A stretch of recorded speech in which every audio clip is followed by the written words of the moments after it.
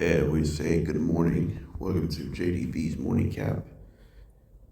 And today is Thursday, February 12th, 2026.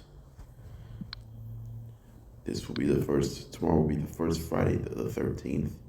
We're going to have three Friday the 13th this year. One this month of February, next month of March, and then a few more months of November, eight months after that, November. So, let's see what we're going to talk about today. Let's start with the NFL. We're going to start both Chiefs and Ravens comes up short of the postseason. Both Chiefs Ravens missed the postseason last season. Chiefs went 6-11. And the Ravens on the other side, they went 8-9. So let's see either Chiefs or Ravens who will be the better position to return back to the postseason in 2026, 2027 season. All right, so here's the question. Which team who is in a better position to return back to the playoffs? The Kansas City Chiefs or the Baltimore Ravens? Technically, it's the Kansas City Chiefs. If Patrick Mahomes is healthy, then they would have a chance to prove it. Last year has been a giant disappointment. After they went 3 straight trips to the Super Bowl, they won 2 out of 3 Super Bowls. Then last year they've been decimated, a ton of injuries. They struggled in close games. They just couldn't get out of its own way. But I do know this: if they want to bring Patrick Mahomes back, they gotta keep him healthy. That's the biggest priority. The biggest priority is to keep Patrick Mahomes healthy. That's the key right now. So this is a golden opportunity to go with it. Last year they struggled, like I said, they struggled with 1-score games. And now Travis Kelce expects to return with his team this year. So hopefully the Chiefs will make some type of production. But the consistent production in the wide receiver position will needs to improve, because I think this skill position is getting a lot older than expected. Some have been young, but once the skill position gets older, things are not going to get any better. But the good news is they did brought Eric Bieniemy back as the offensive coordinator. That's a good sign for the Chiefs, because the offense has gone missing over the last few years.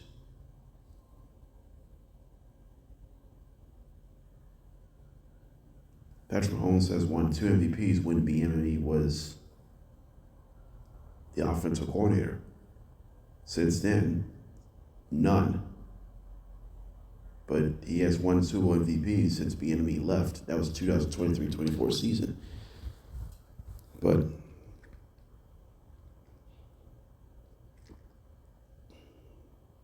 you talk about the offense, has not been suffered in. But it wouldn't change. It wouldn't change quite a lot. Because of that, you're putting yourself in a really, really bad position. But it isn't, because it felt like there's so many teams that they could betrayed anyone else. But it is a different story right now. But I do like the fact that this team couldn't play everything else out. Like, let's say if Kansas City, let's say what Chiefs need what the Chiefs need to do to get back in the playoffs. Yes, indeed, revamp the roster. And on the defense side of all, they need interior edge rusher and interior secondary. So the tight salary cap expected $54 million. So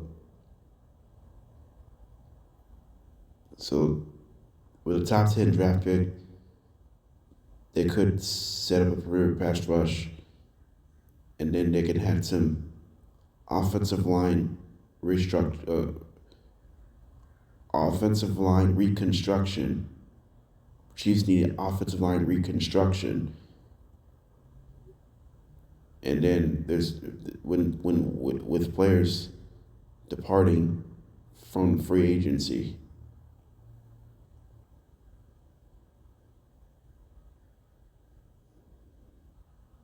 Aging has been pretty much an issue.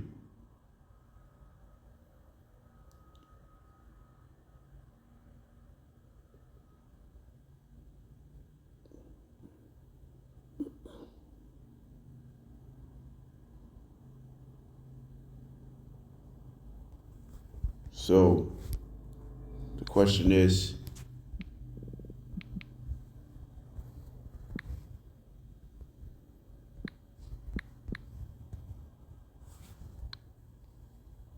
the Chiefs hold a number 9 overall pick in this NFL draft. The Chiefs have not been a top 10 pick of the draft. Speaking of which,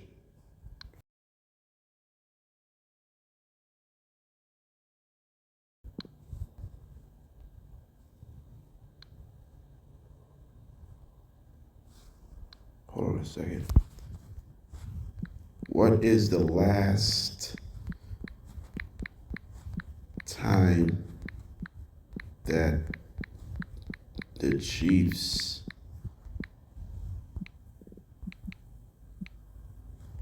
have been a top 10 pick of the NFL draft?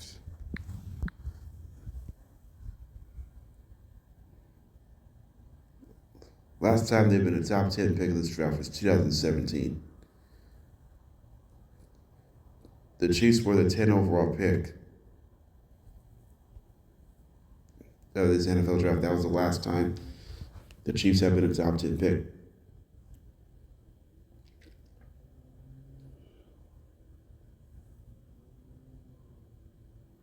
Originally, the Chiefs were the 27th overall pick when Buffalo had the 10th pick of this draft. But unfortunately, the deal came up really early. The pick was awarded to the Chiefs for number 10, and the Buffalo's pick is first round.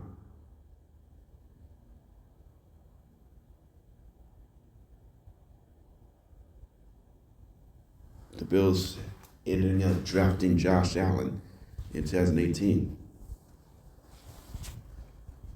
If it wasn't for Patrick Mahomes, his draft, anyone else would have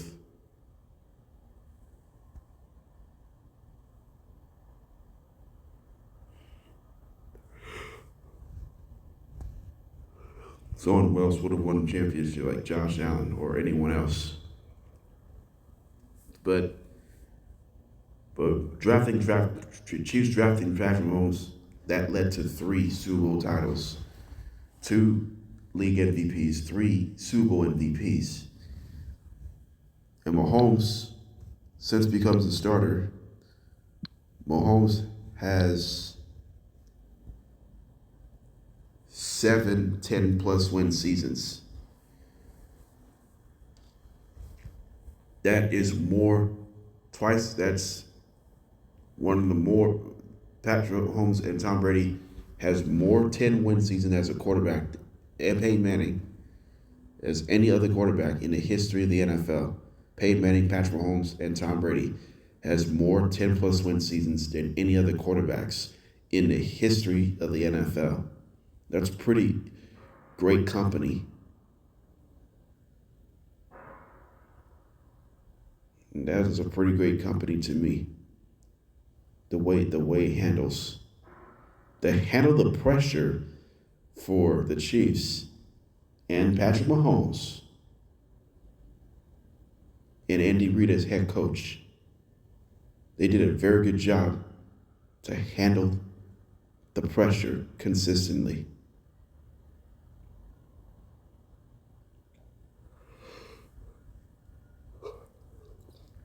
So they have to make sure this team doesn't get decimated. But I do like the fact that these guys have played out of their minds. All right, let's move on. The Baltimore Ravens also missed the playoffs. They went 8-9. Last year they came up short. Ravens do have 10 total draft picks, including Ravens will be the number 14 pick of this first round. So Ravens has 10 rounds, including round 5 has the most. So round 1 has 14 overall pick. Round 2, pick number 45.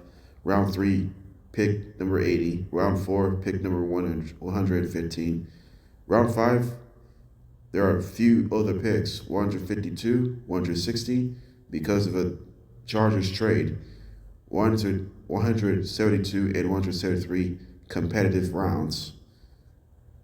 Round 6, no pick because they trade there's a Jets trade. Then projected picks is 249 and 252, with both competitive rounds on round 7.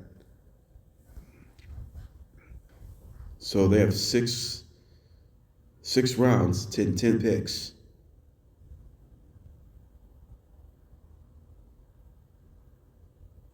So hopefully the Ravens, let's go back to last season.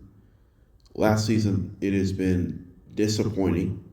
8-9 record. Like I said, Lamar Jackson got hurt in week 4. He missed like 3 extra games. He did not come back till week 9. And then numbers looked the same. Even the Ravens were on a pretty good run. And then the stretch, and then when he hit, so since Thanksgiving, I believe Ravens only won just a couple of games since week 12. Ravens won just 2 games since week 12. I believe they went 2-6. Actually, let's take a look at the losses since week 12. They lost to Cincinnati twice. They lost to Cincinnati in week 13. Lost to Pittsburgh twice, week 14 and week 18. Lost to the Patriots. So that's 4. The Ravens only won just twice over the final 6 games.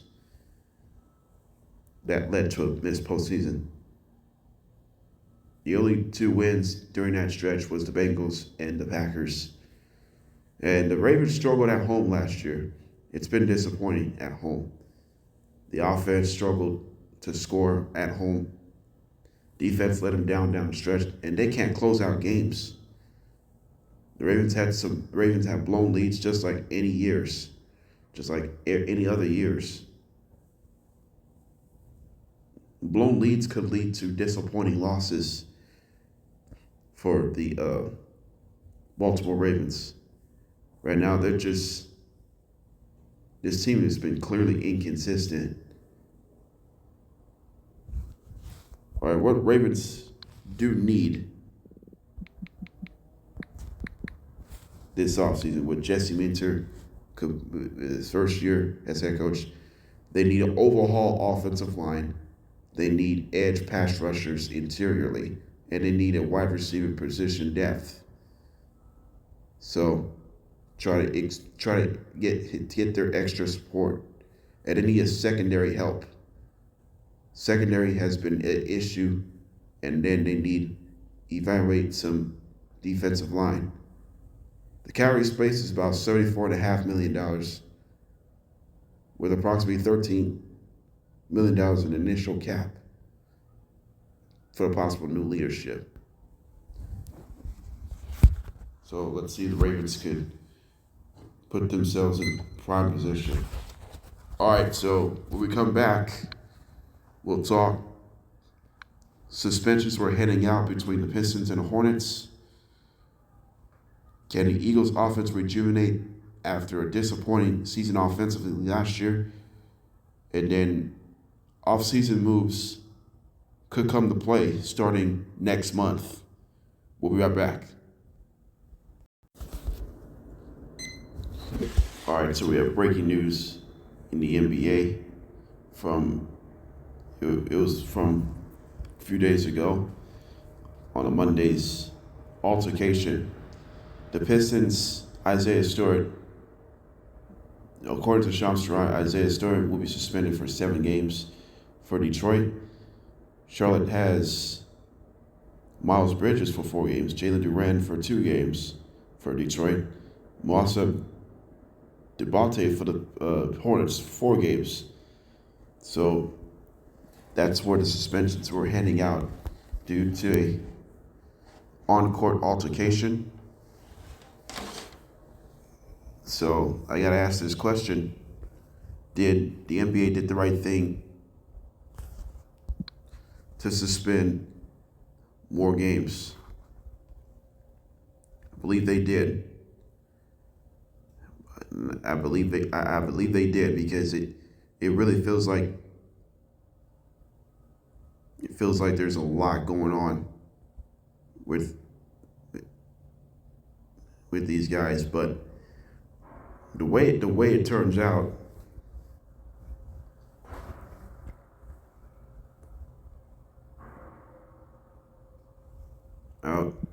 we talk about getting physical, get into a confrontation, all that kind of stuff. You do not want to face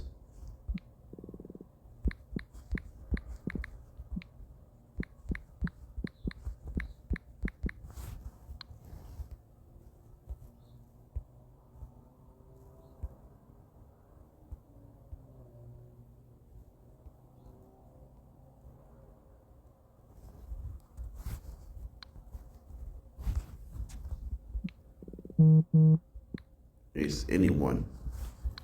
That's what this thing is all about.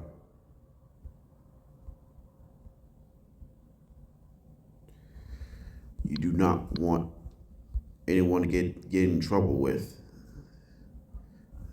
But Isaiah Stewart is the dirtiest player in the NBA, without a shadow of a doubt. That's why Isaiah Stewart receives a 4-game suspension, because he gets into a lot of fights. We've seen a lot of tense battles over the years.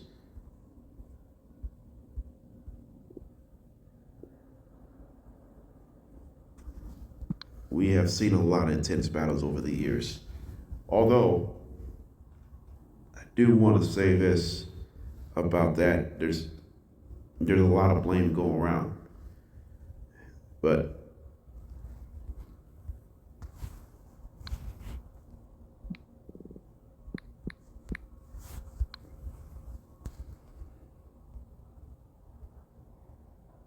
it's time not to be physical. It's time not to get into a serious altercation.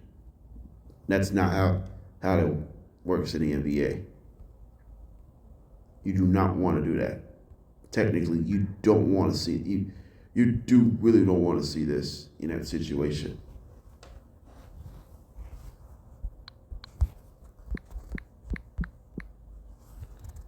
you really hate to see.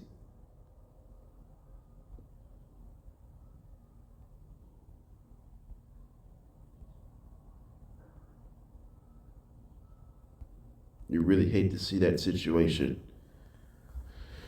to go like this. And that's what this average is all about. Because of that, he cannot miss everything else. So that's gonna turn out the best. So this is what's gonna happen. All of that. So this is so 4 guys will be on the lengthening suspension. So the Pistons and Hornets are going to settle their differences. All right, speaking of settling differences, what's coming up? Can the Eagles revamp their offense after a disappointing season last year? We'll talk about that, and then we'll talk the offseason moves could come to play. So who will be the most spenders and who will make the least acquisitions? We'll step away. All right, welcome back to JDB's Morning Cap. Let's take a look at the Eagles. What happened last year? Eagles, the previous year, they went 14-3, won a Super Bowl in 2024-25 season, 25-26 season. The season hasn't gone smooth as planned. End up a first-round exit loss to the 49ers. But the biggest story is, can the offense rejuvenate? But I'm going to talk about the first thing. A.J. Brown's trade rumors. The future continues to loom right now against him. But there's a lot going on at the plate. We talk about A.J. Brown leaving Philadelphia. It's going to be crucial for Philadelphia. If they decide not to bring A.J. Brown back, that's a giant disappointment. Let me talk about Jalen Hurts. They expect to be part of the MVP conversation next year, and they're going to do without A.J. Brown. Where's the offensive production's going to come from next year? If the production is not there, it's going to be a giant issue. But it wouldn't even matter if the offense does get rejuvenate themselves. But it feels like these teams just need everybody to step things up, and this is what happened with the Eagles. But the Eagles' offensive line is getting older, and I don't know if it's going to get better or not. Lane Johnson is the oldest offensive line in the NFL in general. Lane Johnson.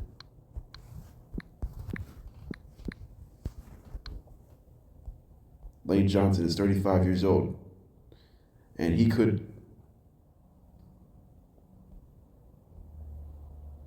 Lane Johnson is a two-time Super Bowl champion.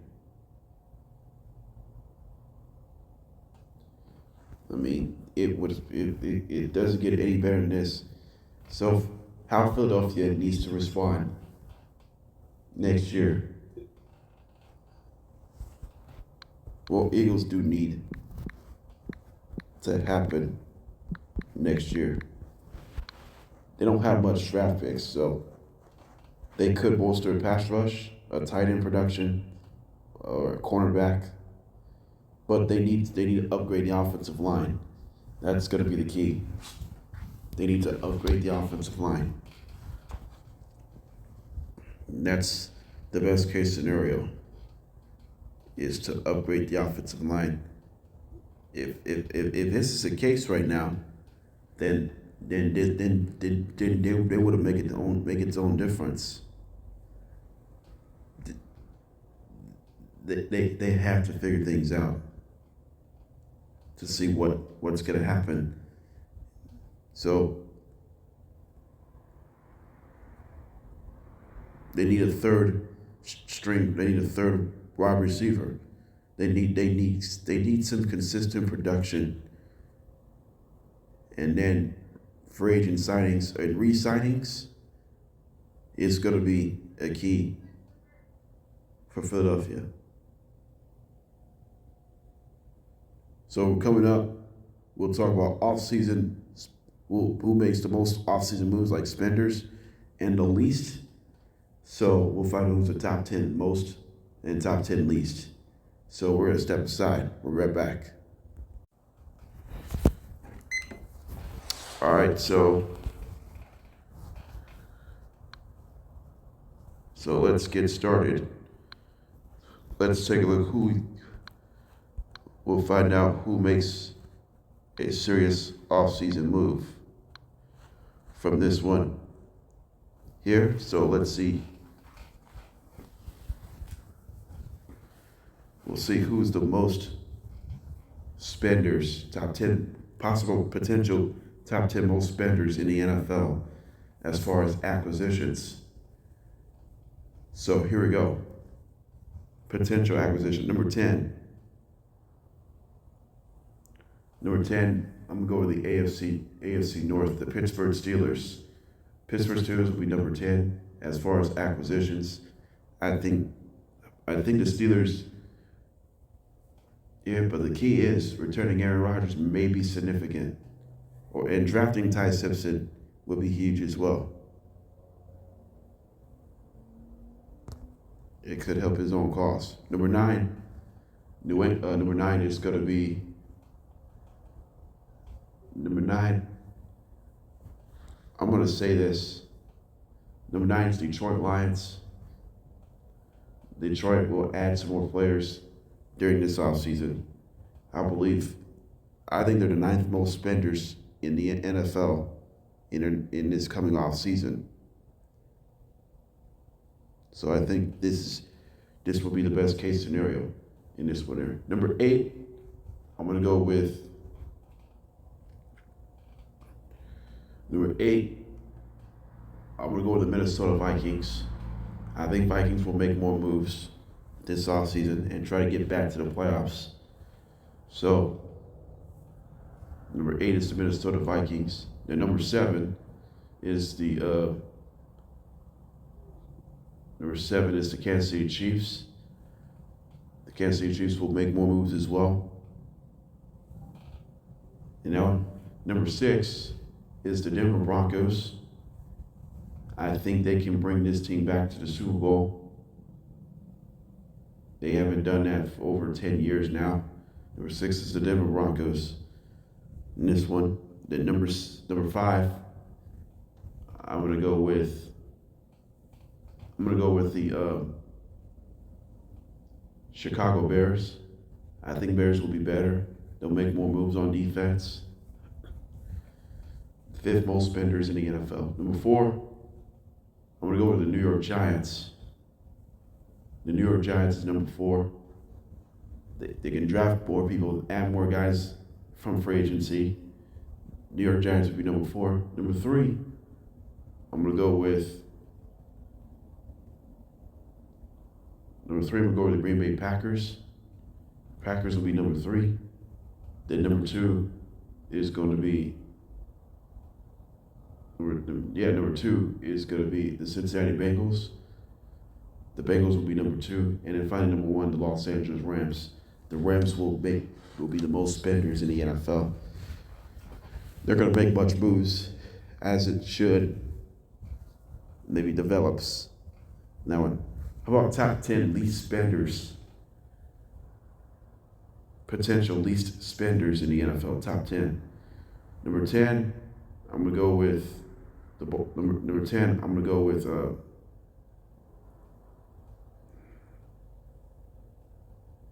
Number 10 is Miami Dolphins. Number 9, San Francisco 49ers. Number 8, Cleveland Browns. Number 7, the Los Angeles Chargers. Number 6, Seattle Seahawks. Number 5, the New England Patriots. Number 4, the Carolina Panthers. Number 3, Houston Texans. Number 2, Tampa Bay Buccaneers. And number 1, definitely the Baltimore Ravens. They're not going to pay a hope. The Ravens are probably going to be the least spenders in the NFL because they're not going to make a lot of moves this offseason. They're probably not. It's really hard to explain why they should be the least spenders in the NFL in this one here. So we'll see how that plays out in this one here.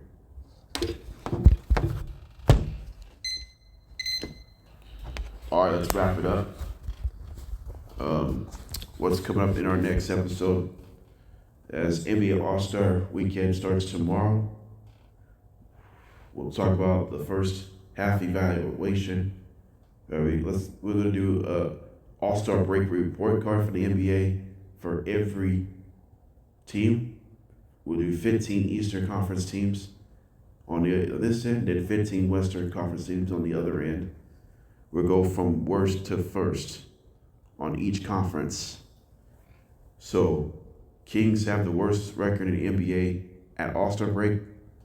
Thunder will have the best record in the NBA at All-Star break, regardless of the outcome of today's game against the Bucks. So, we'll talk about that. And then we'll talk more NFL offseason, like the Cowboys or other teams in the NFL. So we will talk about all that as well. So as we're approaching President's Day weekend. All right, that's it, man. This is JDB's Morning Cap. We'll see you tomorrow. Good night.